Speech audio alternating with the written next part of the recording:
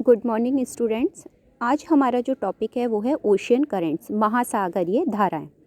देखिए, सबसे पहले महासागरों के बारे में तो हम जानते हैं कि हमारे धरातल पे अगर पृथ्वी की बात करें तो मुख्य तो कितने हैं, 5 बड़े महासागर हैं। लेकिन 5 में से अगर हम चर्चा करें तो उसमें से भी हमारे 3 मुख्य हैं, प्रशांत महासागर, अंध महासागर और हिंद महासागर।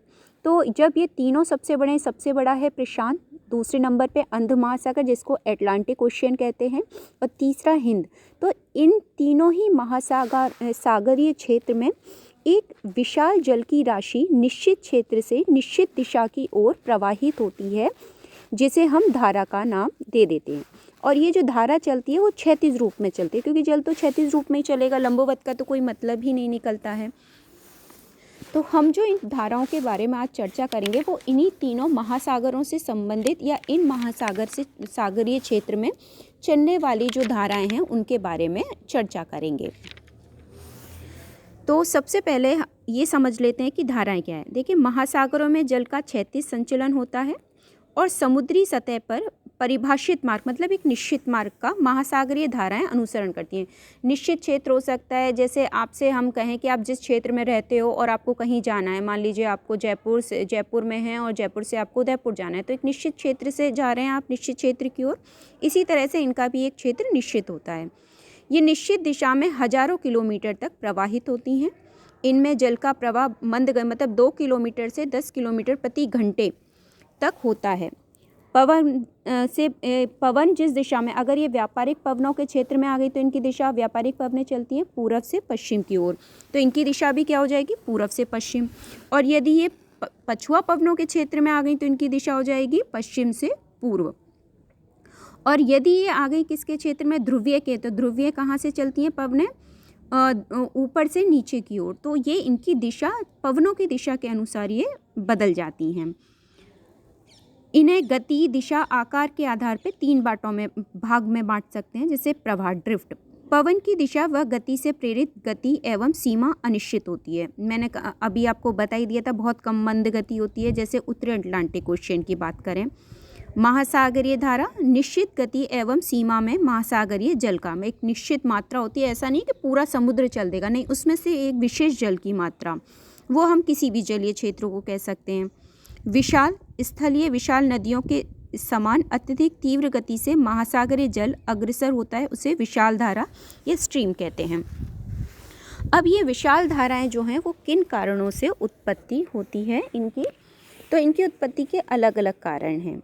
देखिए, सबसे पहले तो अगर डेफिनेशन की बात करें तो महासागरीय धाराएं महासागरों में नदी के समान प्रवाह है जो एक निश्चित दिशा में बहुत अधिक दूरी तक महासागरीय जल का एक राशि को लेकर जाती है, वही धारा है। अब इस धारा की उत्पत्ति के बहुत सारे कारण हैं, लेकिन उनमें सबसे पहला कारण है हमारा पृथ्वी का घूर्णन।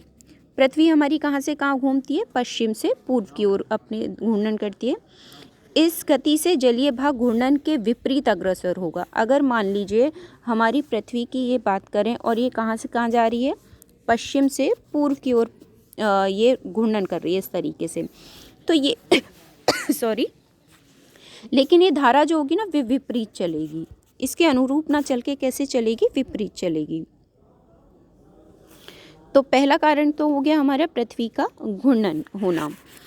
देखिए, इसकी गति जो होती है पृथ्वी के घूर्णन की या गति के कारण महासागरीय जल में पूर्व से पश्चिम की ओर उत्पन्न होगी। अगर पृथ्वी पश्चिम से पूर्व की ओर घूर्णन कर रही है तो धारा जस्ट इसका अपोजिट कर दो, धाराएं चलेंगी पूर्व से पश्चिम की ओर, तो इनमें विपरीत संबंध होता है, ये आपको ध्यान रखना है। जिसके कारण क्या उत्पन्न होती हैं, विषुवत रेखीय धाराओं की उत्पत्ति। यही कारण है कि जो विषुवत रेखा पे धारा उत्पन्न होती है वो इन्हीं विपरीत कारकों के कारण उत्पन्न होती है। वास्तव में कभी कभी कुछ जो महासागरीय जल होता है ना, वो पृथ्वी की गति के दिशा के अनुरूप बहता है।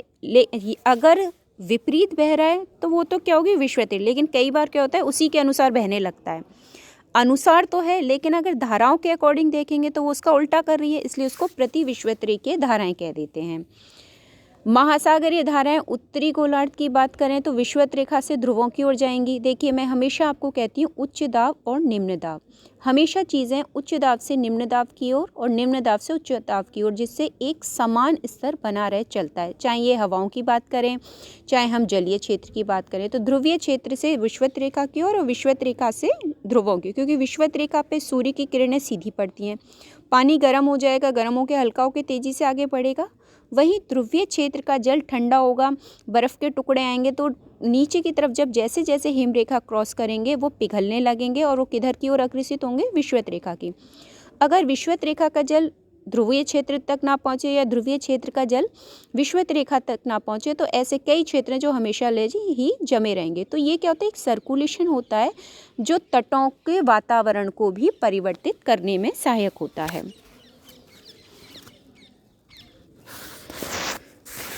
दूसरा है गुरुत्वाकर्षण व विक्षेप बल।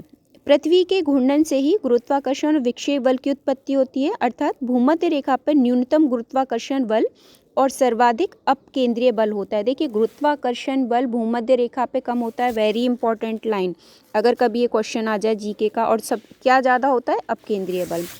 इसी निक्षेप बल से महासागरीय जलधाराएं उत्तरी गोलार्ध में अपने दाईं ओर मतलब क्लॉकवाइज, दाईं ओर का मतलब है अगर ये हमारी पृथ्वी है और ये भूमध्य रेखा है तो दाईं ओर मतलब हमारे इस हाथ की ओर, और दक्षिणी गोलार्ध में इस तरीके से एंटी क्लॉकवाइज ये चलेंगी। तो ये हो गई इनकी प्रक्रिया चलने की। ये ज़्यादातर होती हैं जो दक्षिणी गोलार्ध में बाएं 45 डिग्री के कोण पर मुड़ जाती हैं। इसे ही कोरियोलिस बल या फेरल का नियम कहते हैं। फेरल का नियम भी हम पहले चर्चा कर चुके हैं। निम्न व मध्य अक्षांशों में महाद्वीप के पूर्वी तटीय भागों में गर्म जलधाराएं, पश्चिमी तटीय भागों में ठंडी जलधाराएं। ये निश्चित है, आपको ध्यान रखना होगा। निम्न और मध्य अक्षांशों में महाद्वीपों के पूर्वी तट पे हमेशा गर्म जलधारा है और पश्चिम में आपको ठंडी जलधाराएं मिलेंगी। देखिए, इसको एकमैन स्पाइरल ने गणितीय आधार पे महासागरीय धाराओं के विक्षेपण को सिद्ध भी किया। उन्होंने माना था कि कोई भी जलधारा 45 डिग्री के कोण पर मुड़ जाती है और वह भाग होता है जहां घर्षण बल सर्वाधिक, मतलब 45 डिग्री के कोण पर जल का हो या उसका घर्षण बल सर्वाधिक कार्य करता है। तो ऊंचाई के साथ जैसे जैसे ऊंचाई की ओर जलधारा उच्च अक्षांशों की जाएगी या ऊंचाई की ओर, तो उसका घर्षण बल भी क्या होता जाएगा, कम होता जाएगा। तो इस आधार पर एकमैन ने इसकी गणना करके भी गुरुत्वाकर्षण बल और विक्षेप बल के बारे में भी समझाया था। अगले हैं हमारे वायुमंडलीय कारक। अब वायुमंडल में देखिए क्या क्या होता है, पवन होता है, तापमान होती है, वर्षा, वाष्पीकरण। सर्वाधिक महासागरीय धाराओं की उत्पत्ति पवन वेग से ही होती है। मैंने आपको कहा था ना, अगर व्यापारिक पवनों के क्षेत्र में आ गई तो इनकी दिशा पूर्व से पश्चिम हो जाएगी, पछुआ पवनों के क्षेत्र में आ गई तो इनकी दिशा पश्चिम से पूर्व हो जाएगी। तो इस तरीके से ये पूरा का पूरा एक सर्कुलेशन चलता रहता है। महासागरीय में अगर एग्जाम्पल लें, गल्फ स्ट्रीम व क्यूरोशिवो जलधाराएं पश्चिम से पूर्व की ओर पछुआ पवनों का अनुसरण करती हैं तथा विषुवत धारा पूर्व से पश्चिम की ओर व्यापारिक पवनों का अनुसरण करती हैं, जो मैंने आपको समझाई दिया है। पवनें महासागरीय जल में अधिकतम 30 से 35 फीट गहराई के जल को ही प्रभावित करती हैं। स्वेड रूप के अनुसार 50 किलोमीटर प्रति घंटे पवन की गति होने पर धारा की गति कितनी होगी, 3/4 किलोमीटर प्रति घंटा। उसका 3/4 निकाल दीजिए। भूमध्य रेखीय प्रदेशों में बारिश ज़्यादा होती है, अतः यहाँ पे जल अधिक इकट्ठा होता है। यहाँ से निम्न तल मध्य अक्षांशों के, देखिए जहाँ पानी ज़्यादा हो जाएगा और जहाँ पानी कम होगा, तो पानी की कमी को पूरा करने के लिए अधिक जल के क्षेत्र से उस तरफ का क्या होगा, पानी, क्योंकि यहाँ बारिश होती रहती है तो पानी भर जाता है। और मध्य अक्षांश का मतलब हो गया 20 डिग्री से 40 डिग्री के क्षेत्र की हम बात कर रहे हैं। मध्य अक्षांश जिन बच्चों को नहीं पता, 20 डिग्री से 40 डिग्री का जो क्षेत्र होता है उसे कहते हैं हम मध्य अक्षांश।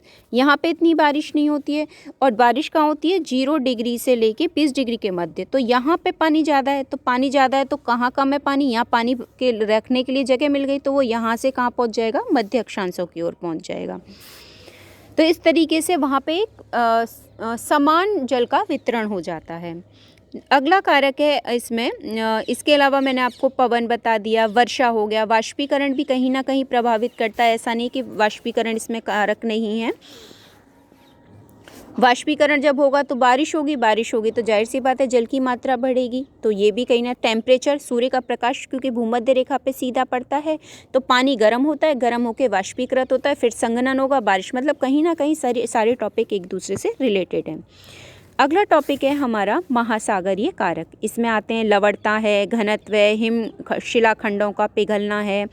तो इसमें सबसे पहले हम बात करें, उच्च लवणता वाले जल का घनत्व अधिक होगा और यहाँ जल तल निम्न होता है। अगर लवणता अधिक होगी तो जल तल निम्न होगा और लवणता कम होगी तो जल तल ऊंचा होगा। यहाँ कम लवणता वाले क्षेत्रों का जल तल अपेक्षाकृत ऊंचा होता है, अर्थात इनका घनत्व कम होता है। कम घनत्व से अधिक घनत्व की ओर जल अग्रसर होता है। जैसे मैंने हवाओं में आपको बताया उच्च दाब से निम्न दाब की ओर, ऐसे जलीय क्षेत्र में निम्न घनत्व से उच्च घनत्व की ओर क्या होगा, जल का प्रवाह होगा। डायग्राम में भी मैंने मेंशन किया है कहाँ से कहाँ चलेगा।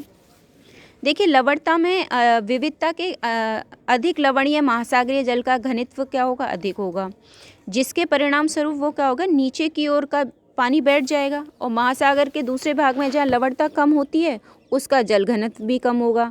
तो कम लवणीय जल अधिक लवणीय जल की ओर गति करेगा, क्योंकि दोनों का हम कंपैरिजन करेंगे, जो ज़्यादा अधिक लवणीय जल होगा वहाँ से जल नहीं जाएगा, हमेशा कम लवणीय क्षेत्र से अधिक लवणीय क्षेत्र के लिए जाएगा। इस वजह से क्या होती है, जलधाराएं उत्पन्न होती हैं। ये डायग्राम में भी ये मेंशन किया हुआ है कि कहाँ से निम्न लवणता से उच्च लवणता की ओर जल का प्रवाह होगा।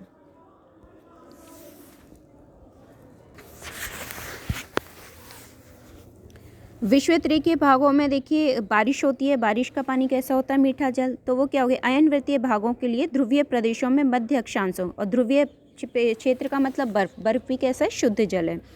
तो ध्रुवीय प्रदेशों से मध्य अक्षांशों के लिए महासागरीय जल का संचलन सतह के ऊपर होता है, जबकि इसके विपरीत मध्य अक्षांशों में ध्रुवों से निम्न अक्षांशों की ओर जल का संचलन होता है।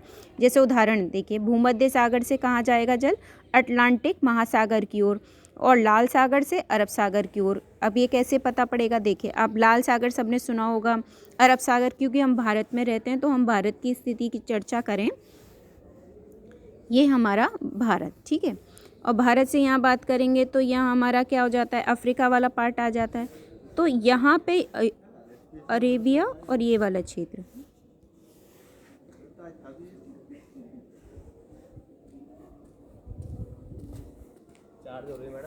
हाँ जादू,